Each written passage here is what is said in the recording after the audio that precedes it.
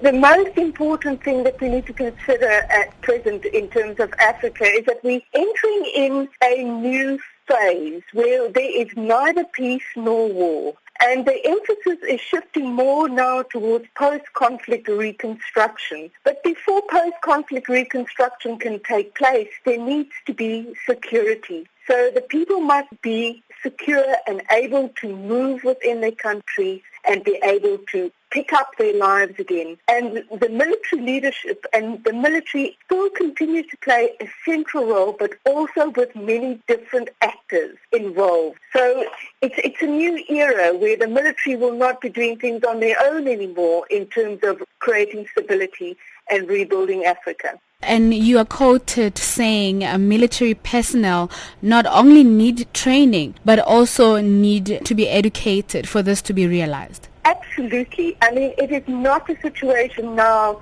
anymore that it is good enough for somebody to be trained just in military competence. They need to have what we call cultural intelligence as well. They need to understand the societies in which they are involved, because in nearly all cases the militaries are intervening forces. They need to understand what the local population needs. They need to understand the customs and the practices, because even a simple thing like the military building or helping to build a well in a community can cause conflict instead of resolving conflict, because it is built in the wrong place. It hasn't taken into consideration the different interests of the different groups, or can lead to a shift in the power balances. So they really do need right down at what we call the tactical level to understand what is the economic, the political, the social implications of their actions.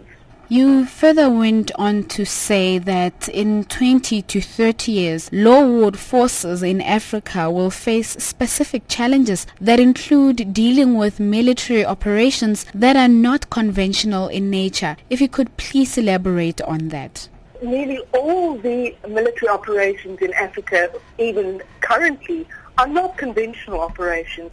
There's various terminologies for this. Some people call them new wars, some people call them asymmetric wars, or they call them irregular wars, which means that it is guerrilla forces or rebel movements using guerrilla tactics against conventional forces. So it doesn't help you going in with tanks and sophisticated weaponry when you are dealing with insurgent groups. Militaries today have to be trained typically in counter-insurgency operations to be able to counter these type of attacks of these very mobile groups which use lethal weapons and also use the population, the civilians in their countries, as, can I call it, weapons in this struggle. What is the situation on the ground right now? Is there some level of education in that regard that's been imparted? A very good question there.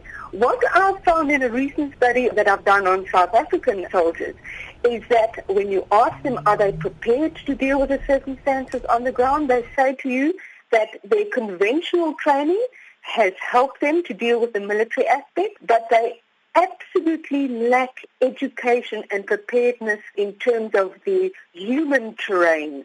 In other words, understanding the politics, the ethnic tensions, the dynamics on the ground. And that is one aspect. The second aspect is because peacekeeping forces generally operate under Section 6 or Section 7 mandate in terms of their peacekeeping mandates, they cannot use ultimate force. And they lack the diplomatic skills and the negotiation skills when confronted with rebel forces. For example, a young officer told me he didn't know what to do. A platoon commander, a young lieutenant, 26-year-old leading a platoon, a rebel stands with his gun underneath his chin, and he tries to negotiate his way out of it because he's powerless. So, in the one hand, they are prepared in terms of their military skills, but to be able to deal with the issues on the ground, there definitely needs to be greater preparation.